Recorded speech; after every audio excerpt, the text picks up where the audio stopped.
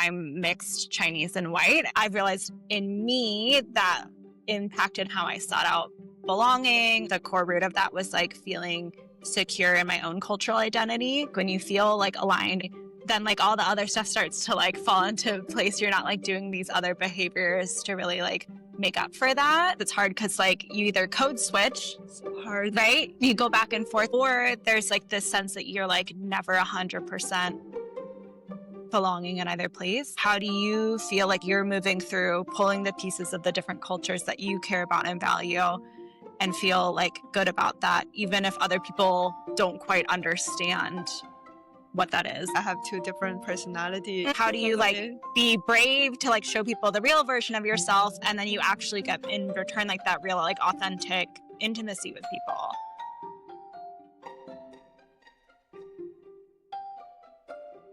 So I'm Caitlin Blair. I own a private practice for psychotherapy called Tiny Cottage Therapy. So I specialize in anxiety, burnout, and then cultural identity.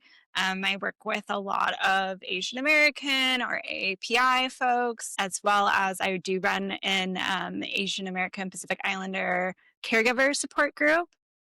So that means once a month, and it's a lot of people, like adult children, taking care of their aging parents. And so one, I found that there's just not a lot of like Asian specific caregiver groups, and especially not in English. There's surprisingly some in like other Asian languages, but that kind of misses the mark on a lot of that like younger generation, or maybe like the children of immigrants. So that's where my group kind of fills in that little hole in the system. But just finding that there are differences when it comes to like cultural expectations of like caregiving and taking care of your parents, and how that varies from like different cultures. What's like the biggest difference you find within different cultures?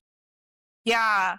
I mean, I think one of the big ones is just that like there's a higher value and expectation, I think, for like AAPI to take care of their own family. I think like in like white culture, it might be more common to like find a facility or hire outside help that feels either like uncomfortable, or parents don't want it because they don't want strangers in their home, or there's just like this like sort of expectation that you have to be the one to take care of your own family.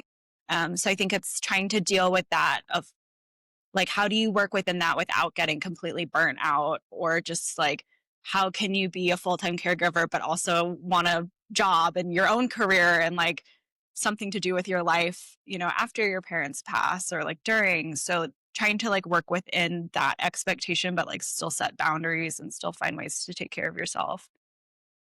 What are some of the things you actually do in the group for the caregivers? Yeah. So I'm a somatic therapist. So I do a lot of work with like mindfulness in the body. So often we start with like some grounding exercises and some mindfulness to just cue into the space, because I think a lot of us are like rushing or maybe just literally just saw parents and like are coming into the space. So we just start with that. And then we usually do a check-in where people share kind of how things have been going lately, the ups and downs of caregiving. And then usually we'll do a topic. So for November, we talked about preparing for the holidays and how to not only like help curate the holidays to aging folks and like how to be mindful of that, but also like how do you take care of yourself and not overdo it and still find time to celebrate the way you want to celebrate. So just varies month to month. We talk about different things. You were mentioning like for Asian caregivers, like they are dealing with a different kind of expectation in terms of the level of care they are expected to give to elder. What are something that people usually struggle with the most? I think it's hard. There's that like straddling the two cultures, right? So you have like maybe parents who were from Asia and immigrated here and have like very strong, maybe more traditional expectations. And then you have kids who grew up in the US and maybe are more Americanized and like have more of this belief that they should be cultivating their own happiness and pursuing their own dreams. And then you're being like pulled both ways and trying to find, like I work with clients trying to find that like what feels like that authentic balance for you. So you don't need to skew like fully individualistic, but maybe you don't need to buy into everything from your parents' generation either. So like how do you kind of like parse through the nuance of like maybe you don't have time for like a full-time job that you love, but you have time for a part-time job or a job that has a flexible schedule because you still value being there for your parents and being able to go see them every day and take care of them. Or maybe your family's dysfunctional and you actually like going to care from afar, you live out of state, you're going to like coordinate services and work with other family members. So I try to like help people just kind of find like what feels like culturally relevant for them and be able to have some flexibility with it. Yeah, because I guess like the balance is there's no right answer, and the balance is sometimes so hard to find because like there's so much like I think culture sometimes is very heavy like on you in terms of the expectation, like how much you need to do, and also as woman, like how much a woman needs to do. Yeah. Versus men, like Asian men are not expected to take Mhm. care of their family as much as their wife, Yeah. even though Or it might birth not be order. her. Yeah. Like the firstborn Yeah. boy or something, they have that. Sometimes they have that. They feel like they have the need to take care of the parents, Yeah. but then the burden goes to the wife. Mhm. So yeah. Did you have any clients like that or? I would say the majority of my group is definitely women who have felt that expectation over other siblings. I think too, a lot of the people that I work with, both individually and the group, are like just like that responsible, the like good kid, wanting to be like the good daughter, the good son. And then like they're also putting a lot of pressure on themselves to like be good caregivers and provide for their families too. So I also think there's that like personality trait of like people who just have that like sort of like caregiving tendency or maybe like some people pleasing tendencies. Oh yeah, Yeah. for sure.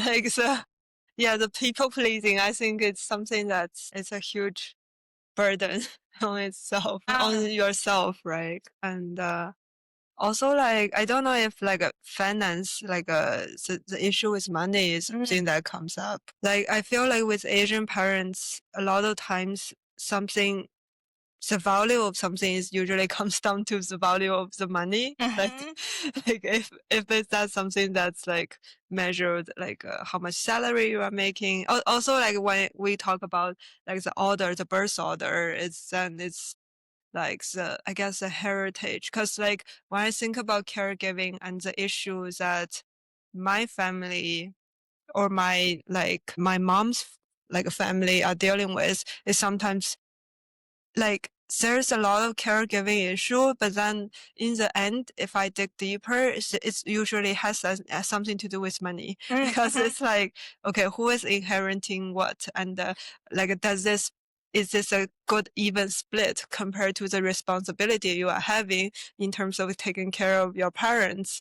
So sometimes it's not even goes back to love. I mean, it is love relationship, but there's a huge amount about finance that's around this issue, which makes Yeah. it like so hard to talk about and so like but then it's like putting it into perspective. People don't talk about this, but then there's money affecting Mhm. a lot of that as well. Yeah. Or like parents not wanting their kids to pay for like a caregiver or extra support for them because they're like, it costs too much money. You could do it for free. Yeah. And they're like missing the point that their kid is struggling and needs help. So we kind of talk about like, how do you reframe it for your parents where like they're maybe more on board of like, well, like I really need to hire someone because I need help so I can go to work and like then we're overall doing better. We're making more money, kind of trying to get to the value there as opposed to just like repeatedly having the same argument where you're like not making any headway. Are there any clients that come like with their parents? Like anyone like even though the caregiver they have some issues, but do the parents have some issues with the caregiver? Like I mean, do they know they're putting so much stress into their kids or the kids Mhm. like they tell their parents like we should go to therapy together and find out like is there a solution to. Is there Asian parents actually go to therapy? Okay, so that's a really good question. That's been a hot topic. I think it's really rare. I think there's like a whole number of reasons for that. I think one for my group, we're just caregivers. So people have that like secure space where they're like, whatever I share in here is like other people who understand and like mom or dad is not going to know. I think one, the money thing, right? Like spending money on therapy especially trying to find like maybe therapy and like their like primary language or that feels like culturally relevant. If it's hard to find with insurance, and then you get into that issue of like private paying for therapy, trying to convince your like older parent who won't let you hire a caregiver to pay then for a Yeah, therapist. true. But I also think like my experience in Asian culture has been that there's a lot higher value over like physical health and like things that you can see is wrong or something that a doctor can run a test and tell you is wrong, rather than like trying to Yeah. convince them that you're having like this internal health, like mental health problem. So I think there's a lot of like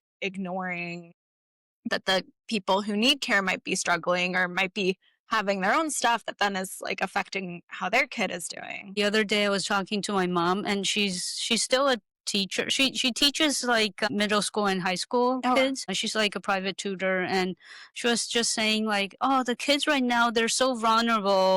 They have so much mental issue." And it's like, "Mom, mental issue is mental issue. You shouldn't say that kids are vulnerable right now." She just thinks like in their era, they just power it through. It's like there's nothing they cannot do, but now the kids are too vulnerable. They can't take on any pressure. And I think that's why like the Asian parents giving this pressure to most of the kids, and they're having a lot of issues. And Yeah.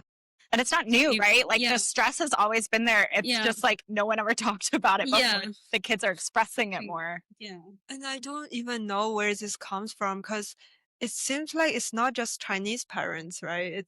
It's like a lot of the, or maybe like it's not just an Asian thing in general, like older generation, like I guess how they grew up is not recognizing mental issue as Yeah. a real issue as much as like if you get a cold, like the attention you will get from grandparents is like huge versus if you just said, "Oh, I'm sad." I don't think like Right. They're just like, there's that like, yeah. don't complain. I had it worse. Let me tell you all the Yeah. things that I Yeah, went yeah, through yeah, that's worse than whatever you're yeah. going through. And cause I was just thinking like with because with the ways that we are brought up with the Chinese cultural like because the politically like there's a lot of like manipulation in terms of to think like how you should behave as a person versus I think systematically it's not encouraged that you to discover individuality to think about you as a person and to take care of your emotion versus like it's just like we should go fight. It's always like this urgency of like oh we need to revolution we need to like break something or we need to follow the just save the save the country from getting ruined by other foreign culture or something like that. So I feel like but then I think about oh there's other Asian cultural parents are probably also not that open in terms of like getting mental support. So Yeah. And I think you're bringing up a good point of like just like living in an environment where you feel that sense of urgency or you like parents who immigrated that literally felt such that sense of urgency that they had to like flee and leave and like how that like lives on in your family and then also just gets like passed down generationally like and then it manifests as like anxiety, right? Because anxiety is literally that feeling of like having to rush, having to get things done right away, like feeling that sort of like panic all the time.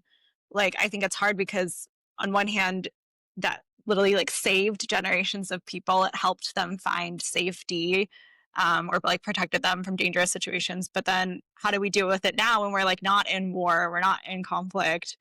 How do we just like, what do we do with that feeling? Like, how do we yeah, just like live our lives without that? it is so hard, so deeply embedded in the survival system that I struggle with that so much. Mhm. Like being rushed, like always being urgent. And I mean, it's like just going back to the pattern. Yeah. You're not alone in that. Like that's I pretty much everyone I see struggles with that. And so like that's part of why I think that the somatic, the body-based work is so helpful because you're literally like retraining your nervous system to respond differently when that little like prickle of like urgency comes up or like need to do this thing now. Like you're like, no, wait, have time for like at 3 breaths. Like I always have time for that. And then I can decide to like helping like your body realize that it doesn't actually like need to move that fast. But it's like so hard to do that though. Like Mhm. automatically on my own to do that. Like, Yeah. I mean, we are on this podcast and then you are like doing this and we're doing it. But then if it's on my own, I have a meditation app on my phone and I have a year subscription. But then I think I open it like once every 2 weeks. Yeah. It's like so hard to even. I have a reminder every day at like And you just 8, like like ignore that. I don't have time for that. yes. Are you someone that has a hard time like sitting still? Like just the thought of like sitting down for 5 minutes to do meditation sounds horrible. I no, She's I like said fidget a lot, even with like when she's so now she works up there, I work down here, and then you'll see she's like crumpling up like pieces of paper or something. She just can't. Yeah. Yeah, she just can't sit still. And then her mind is going like super speed, and then she just can't calm down. And I'm the like chill one, and she thinks that I'm too chill. Like I need to speed up, and then she's like, "You need to slow down." It's Yeah. like It's balance each other. Yeah. I would say for you, like, and what I recommend to people who have that, like, you just feel that like energy all the time. Like, don't try to just sit still and like not do anything. Like, start with intentional movement. So, like, maybe for you, it's like going for walks before you try to like sit down and do a meditation, or maybe just like swaying side to side or doing some stretching or yoga. Like, work with the fact that your body wants to move. Don't force it to stop, but like do it, move mindfully, right? Because the tearing of paper, like the fidgeting, it's usually pretty like mindless, like you're just doing it. But like sit there and be like, I'm like ripping this paper because I'm trying to like feel better, or like I'm trying to get the anxiety out. So I'm like sit there, like crumple the paper, but like know you're doing it.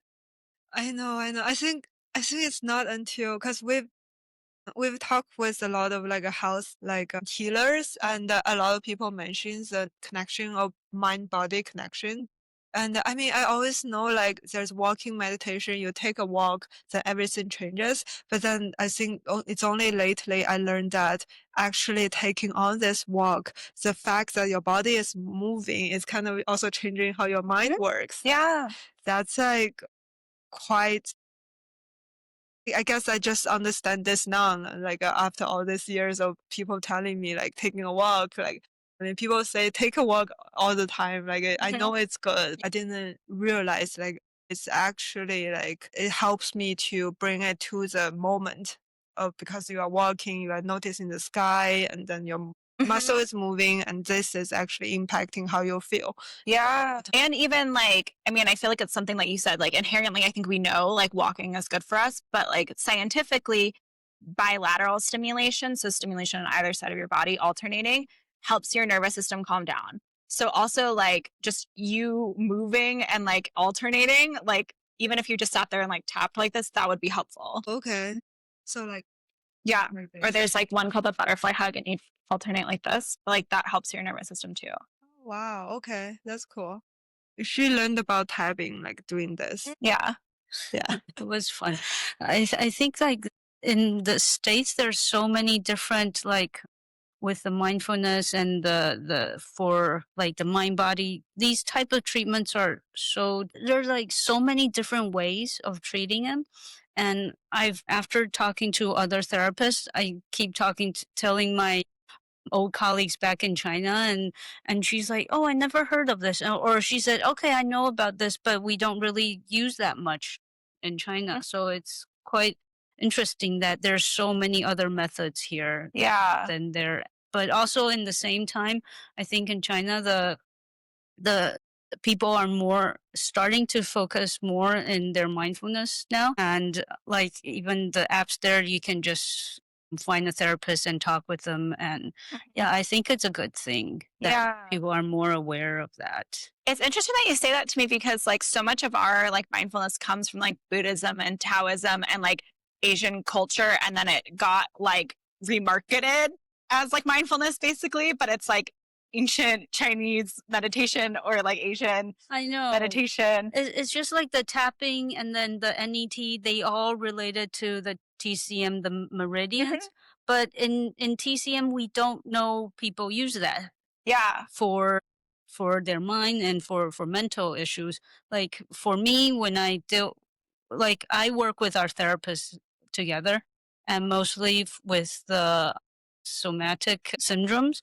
And what I just treat is like seeing the, like if the energy is stuck, and I work with that and basically focus on like if they have nausea or headaches or insomnia, I work with that, not like linking it. Like I link it together, but not as much as the practitioners here do. And like the other day, we have the reflexologist came, and she was just looking underneath she was looking at my sole of my feet. And then she was telling me, you have like some sadness, no anger, the chi is like this. And then it's like learn a little bit about reflexology, but I never really look into my feet, or like the foot massage in China, they don't tell us like, oh, you have so much problems with your Mhm. body. And but here, like I feel like people are more aware of these things. Can you share like what type of like physically,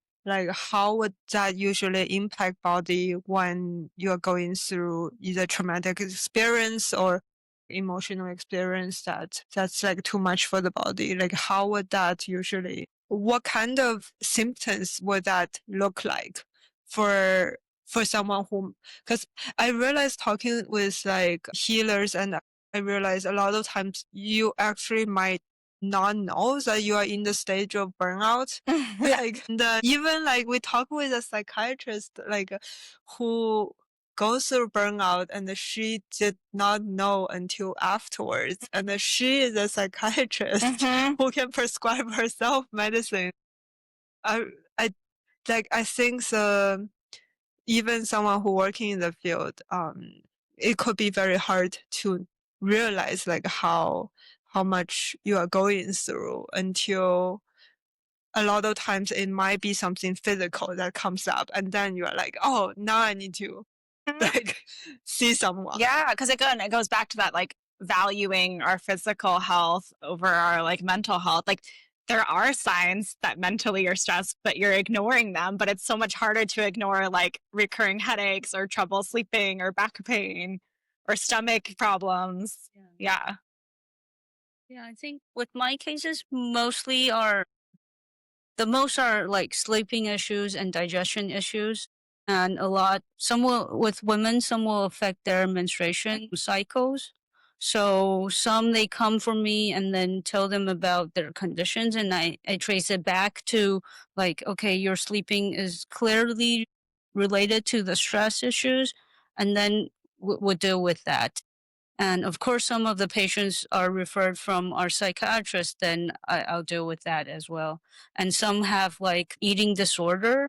Some teenagers have eating Mhm. disorder, and their parents will take them to see me for helping their digestion issues, but also I'll put some medicine, like herbal medicine in, just to help them to sleep better and to help them to be more like, uh, well, less stress and less depression. So a lot are like that. I I'm curious because, like, when you, for example, for a therapist to refer patients to a doctor or doctor refers back, because you have the confidentiality with the client, so that usually are you able to share, like, oh, this is what they're going through? Like, how much can you share? And then how much of the back and forth communication is there? Like, while you are working together with someone from different departments? Yeah, that's a good question. So for me, it like really depends on the client.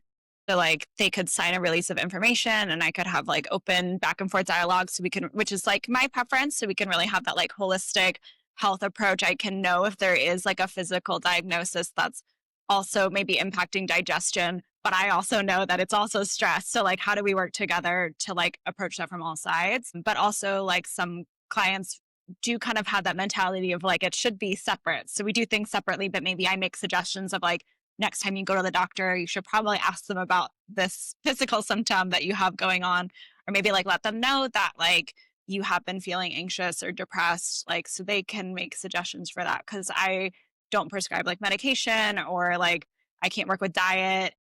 Those things are outside of my scope, but I can like recognize the signs that maybe they need support there and make recommendations to other providers or that they talk to their provider about it.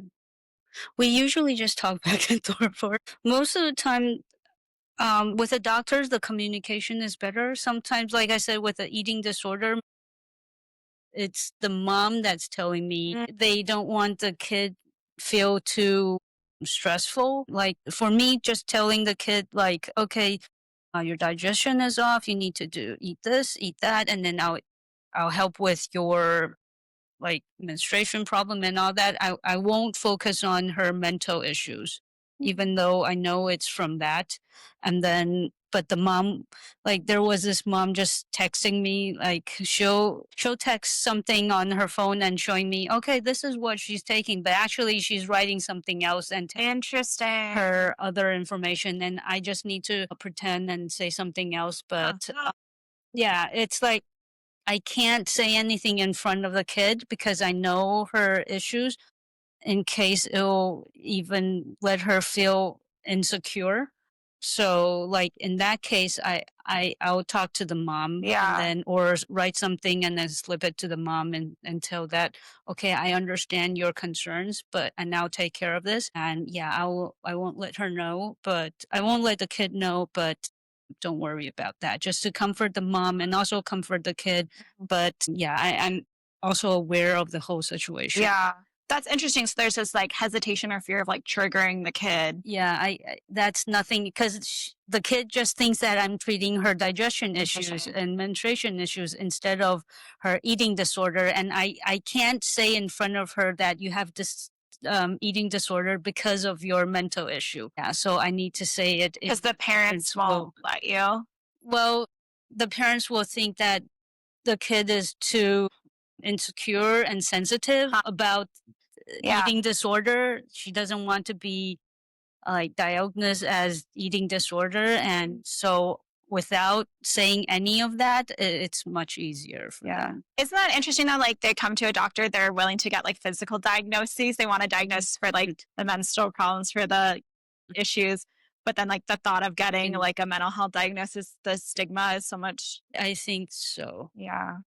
I feel like because a lot of symptoms, like how strong the mind and body connects, like so the emotional issues and it causes either digestion issue, sleep issue, then it would first go to a physical doctor or OBGYN or and then like it would make sense for them to refer a lot to psychologists, to therapy to help them with the mental issue, right? There is something that I want to get to know you, like your personal like experience more. Like so far we've been talking about the symptoms, like how people feels. But like in terms of like your personal experience, I want to get to know you more. Like, Okay. in terms of how you get into this. What's your like just something that you maybe you feel deeply or that goes through or like Yeah, that makes sense. is there anything that comes to mind? Like Um, like about like why I'm a therapist or why I like work with these issues, those kinds of things. yeah. I think like I guess I have a couple different answers for different things. I think like one of the pieces where I like really focus on like this cultural identity piece is because like I'm mixed Chinese and white and I grew up in the Midwest and then also California. And so I think for me, like been like in different cultures, but also like my family is bicultural. And so I think I've realized in me that impacted how I interacted with other people and how I sought out belonging or maybe had some like perfectionist tendencies, like different ways I was trying to like cope with that. But like the core root of that was like feeling secure in my own cultural identity. So like that's a big part of my work because of that. Like I think when you feel like aligned in your like identity, then like all the other stuff starts to like fall into place. You're not like doing these other behaviors to really like make up for that. So that's like a big part of like that piece of my practice. Oh, So sorry, go it's ahead. like you are trying to kind of see how you would fit in between the culture for yourself as well. I think like even for the both of you, like you guys are both multicultural.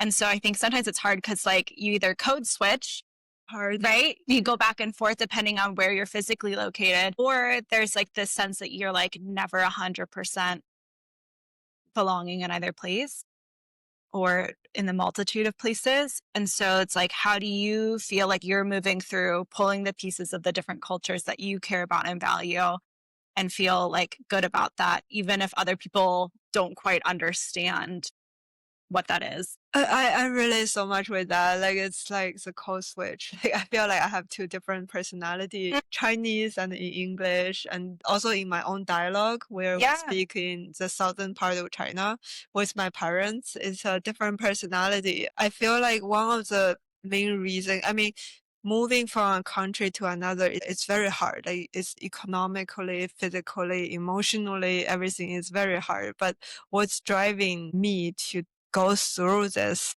is partly is trying to kind of like how do I like almost like coming here I come here with the intention of maybe this is where I can be truly be myself, and I feel like I'm still kind of on the journey of It's a lot of pressure to put on a place, right? it is. Yeah. Right? Like, Yeah, and while arriving here it also feels like I thought I can express myself this way, but at the same time, in a social setting, as an introvert, I feel like I need to switch to that extrovert and also like a very higher pitch, more energetic voices to just like do the 1 minute pitch to introduce myself, move on. And so it's like and then like then like going through that, a lot of networking event and then coming back to in terms of, oh, I actually don't need to do that. I can yeah. actually be myself while like in a social setting. There's nothing that's, it's not that strict in terms of like, yes, I want people to like me, but at the same time, people will like me if I'm also being more true to myself as well. And I feel it takes so much to learn that. And also I'm Yeah. still practicing that.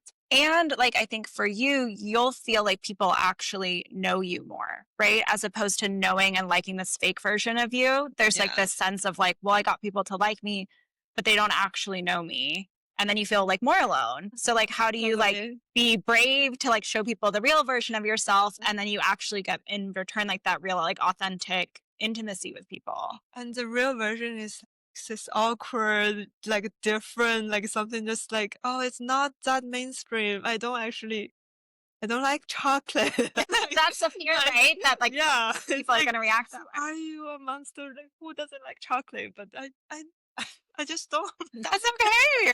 Stuff like that. Yeah. Yeah.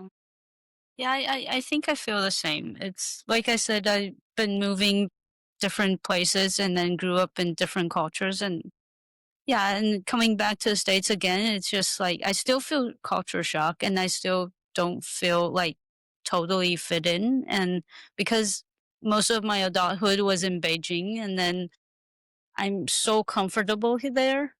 But at the same time, with the whole She's comfortable being American in Beijing, but or like being a being, Taiwanese but American in having Beijing, an American passport, there's privilege.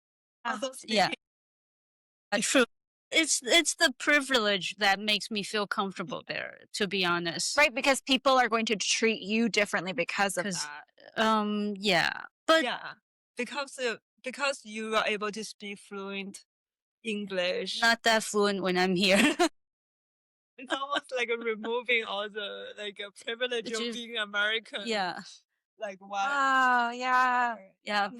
Because being a Taiwanese in Beijing, it's already a privilege, and on top of that, with the different passport, that's also different. Yeah, That's true. It's very comfortable living there, and then also being a doctor there, so it's different. And then coming back here is like you're nothing. It's like okay, uh, it's so hard to be nothing. Yeah. But like you say that laughing, but like ouch. Like It's to yeah, feel that, that's painful. yeah. So it's like the past few months we're here. It's like I just need to take a deep breath Oh my gosh, yeah, you've just been holding it. yeah, Yeah.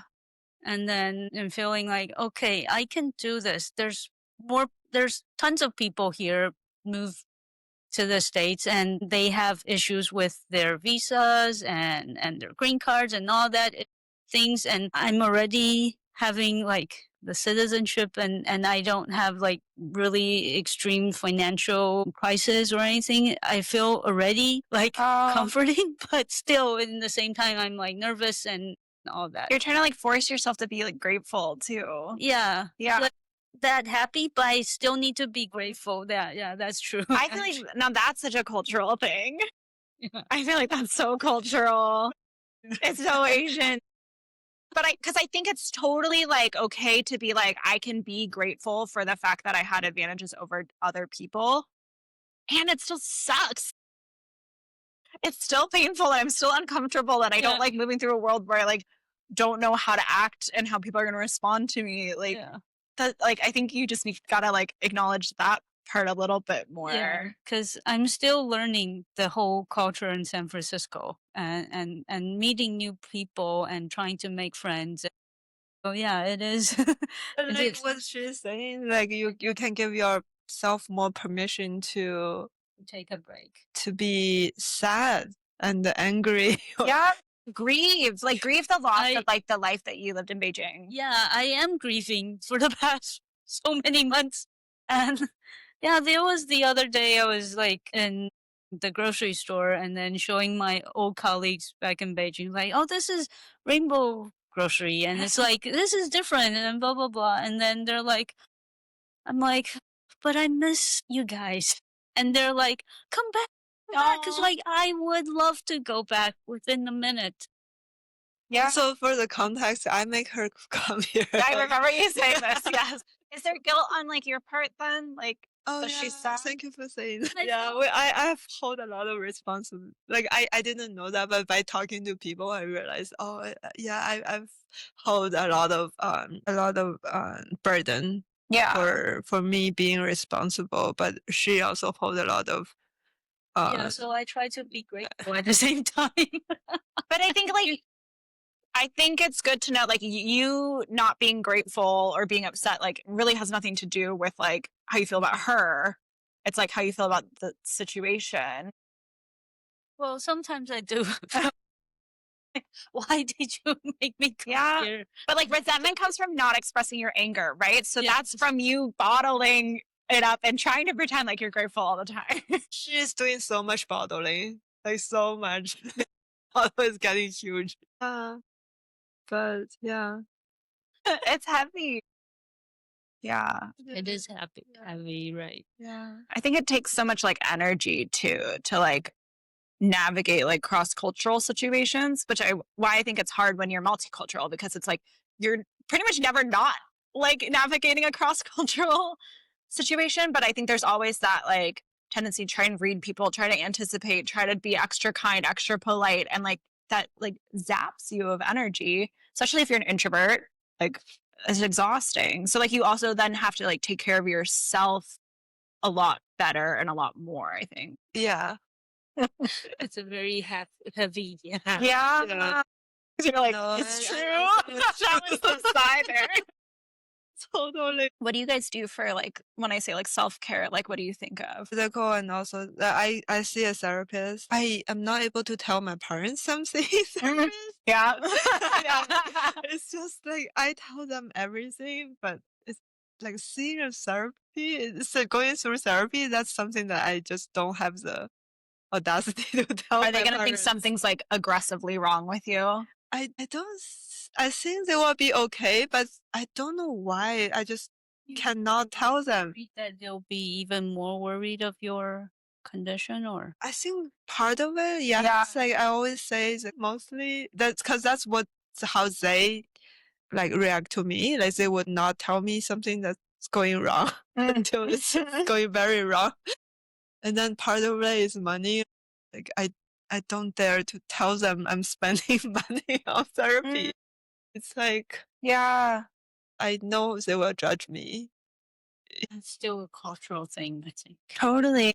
Yeah. Yeah. Okay. So like you do therapy, you know that's good for you, but there's like a little bit of anxiety of like my parents don't know, and I feel like I have to keep that like secret. Yeah. Yeah. Yeah, I have to be like what you said, like as a good kid who is okay. I'm always good. I can go through everything. Yeah. Yeah. Yeah. Yeah, I try to do meditation and You start walking meditation instead now. I have to walk her as a dog. Oh, So perfect. like that's a good it's actually yeah, it's very good. Like because like oftentimes like in the morning when it's raining or dark in San Francisco it's like cloudy a lot. Like having to go down to walk the dog actually helps a lot. You have to go I outside. have to go. Yeah. Yeah. Yeah. That's Yeah. a good one. How about you? Like, do you take care of your emotion as a therapist? Yeah, I have my own therapist. I joke that it's like my client's grand therapist. Like I'll like pass advice down Yeah. from him to my clients sometimes. I think that's really important. To me, like therapy is more like maintenance than it is like you have to have a specific issue that you're really working on. Like I think just in general, I think especially in like helping profession, you see people's like pain and their emotions like all the time. You're like absorbing that. So like where do you go to like deal with that? I think that's so important.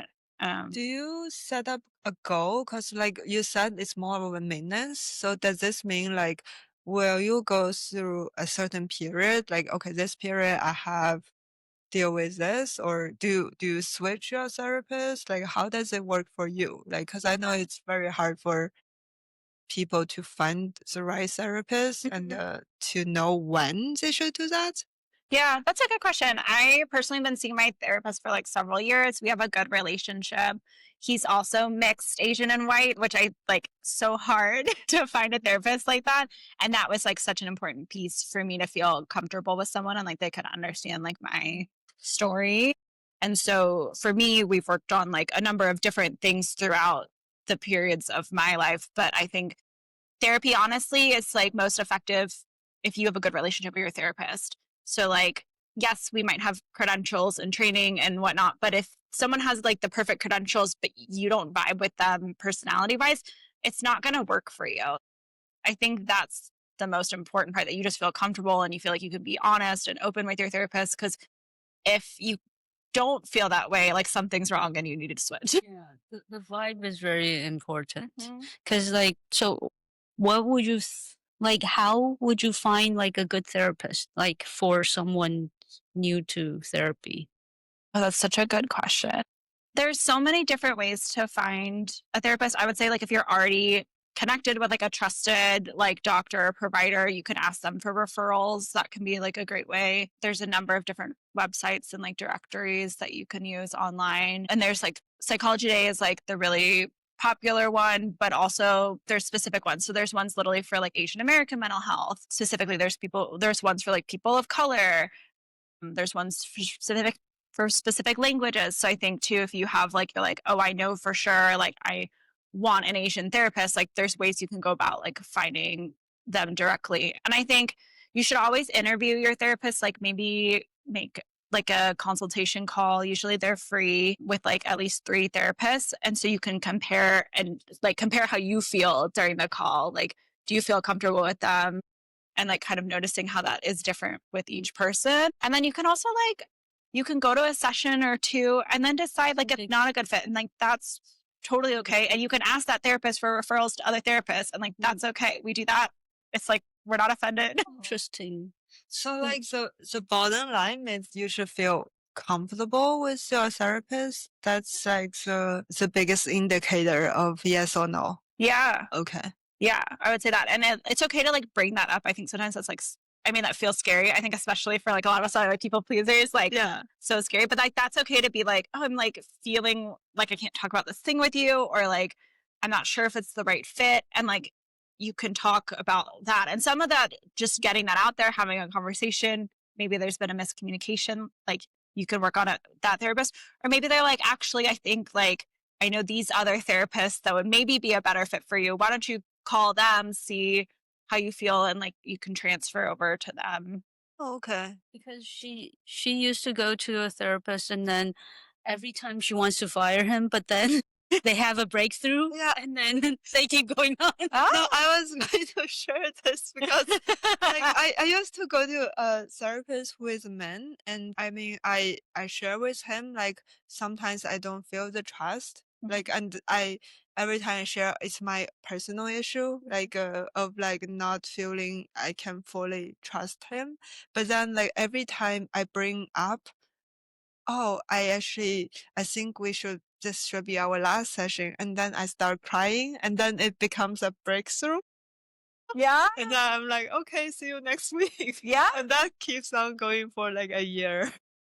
Yeah. I mean, it helps me, but like when you were saying like, oh, you should feel like fully trust someone, I feel like I was in this therapist session where I struggled with trusting my therapist, and then I like that's something that just keeps bringing up. Like we talk about that. Yeah. So I think trying to discern whether it's like a good fit or not, or is like the thing I Is need it to a work my on, issue? like how to trust Yeah. people, Yeah. because I inherently don't feel like I can Yes. open up to people. Yeah. Yeah.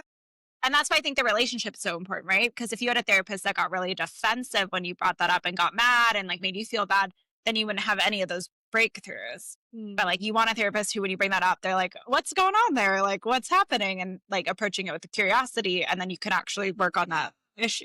Yeah, I think Yeah. that's what you said. Like because like when I bring that up, like my therapist responds is, oh, I feel like I saw you jumping off a cliff time after time and I have to catch myself.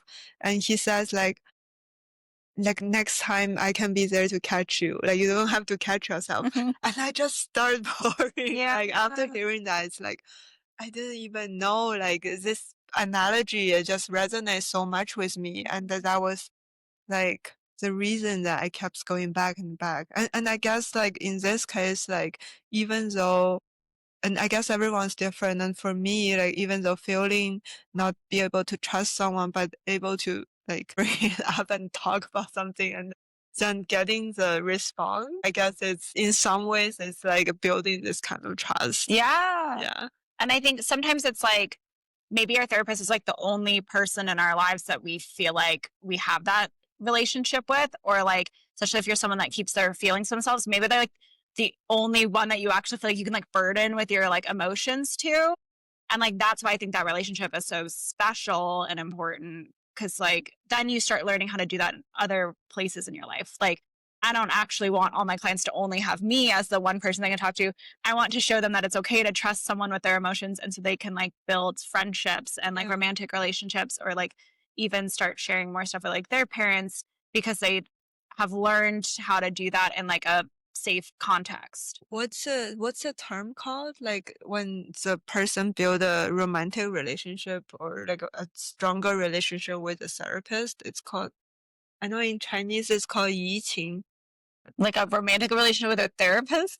It's like they feel because of the connection, they thought they are having a relationship with a therapist, but actually they shouldn't be having this kind of relationship. Was that? Or is it like what I don't kind know. of relationship you should have with your therapist? What kind of relationship? Yeah. You can. I mean, I think it's interesting because it's like I think that's like a bigger question, but I Okay. think it's like one of those things where it is like a one-sided relationship. Like that is part of it. It's like you're bringing in your stuff, but your therapist shouldn't really be like, it shouldn't be like a real, Okay. I don't know, like a conversation. I'm not bringing my Right, issues right, into right, my right. clients' Right. therapy sessions. So I think there should be like that like boundary there. I don't know. There obviously shouldn't be romance with your therapist. Or, But yeah. I think it's okay to feel like your therapist is your friend. That doesn't mean you go like hang out with them outside of sessions, but like I think it's okay to like joke around with your therapist, or like I don't know, I have clients that want to just like talk about the TV shows that they're watching right now and like movies and like what's come up for them, or like video games, and we like can chat about that a little bit. I think that's okay. It doesn't have to be so serious either. It also like this discussion right now, it feels a little bit like therapy. And I don't know because like you are in a role of therapist that you would like, cause I don't know, like what do you feel like? Cause it feels like maybe knowing that you are a therapist, like we tend to open up a bit more, share more. And then I don't know if you are putting in the spot of having to work. That's interesting. Like and then not able to share your side of your like your personal story. Yeah. I think that's a good question. I think like I'm naturally like curious about people's lives. So I think that's like why I'm a good therapist. But I think probably also like sometimes that seeps out.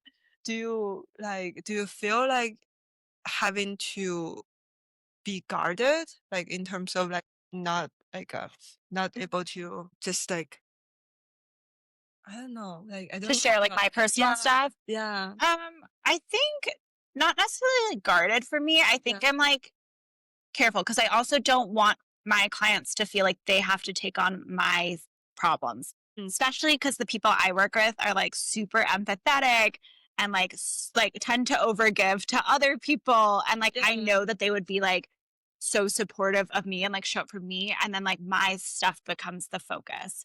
So I tend to just be careful of like, I don't want my clients to feel like they have to take care of me at all. Like I want them to know that like this is a space where they get to take off that like caregiver, caretaker identity and I will take care of that. Like kind of like what you were saying your therapist was like you're someone that's like, I gotta carry the load for everyone. Like I don't want my clients to feel like they have to carry any of my stuff. Yeah. Do you feel like you putting on the hat of being a caregiver a lot? Like, do you feel like you have to be the one who's carrying, moderating, or like being giving, you know? Yeah. I think I used to feel that way. And I think that's why like I'm drawn to working with these people. I think for myself now, like that's why I think like boundaries are so important. Like for me, I have like there's my work hat and there's like my personal hat. I have people in my personal life that I trust to take care of me and like carry that burden with me. Yeah. And so I think it's important to like that I have people that I can lean on and sort of just relax and be the one that's being taken care of. So that way I can like show up at work and take care of other people.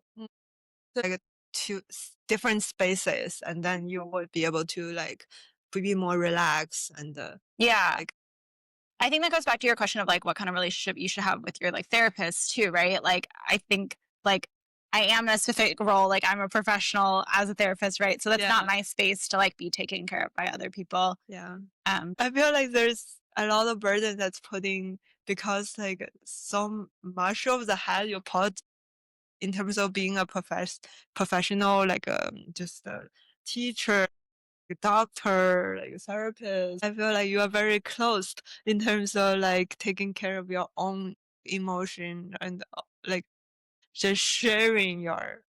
Well, I have people to go to. Jenny's calling you out. I think it's like important, like, especially I think if you're like a helping professional, but I think anyone, like, you should know like what your different identities are. Like your only identity should not be like as a TCM doctor. You should also be like whoever you are in your interests, right? So it's like, I'm not like only a therapist. That's just my job. Like I have all these other things that are part of my identity. And I think like that's how you avoid like burnout and like over giving. For sure. Yeah.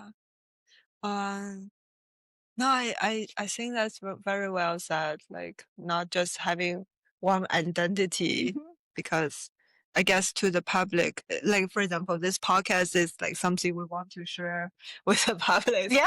This is one side, but like that doesn't have to be the for you. And Right. it's okay to be just like a lot of things. Yeah. Right? Yeah. Yeah, it's okay. I think that's very good. Thank you so much. Yeah, It was really You can do some acupuncture. Oh yeah, I If forgot. you I want would to, love to. yeah. You're so cute. I love her little teeth, the like bottom teeth. It's all gone. She's like, Yeah. It's so cute. She's all like almost.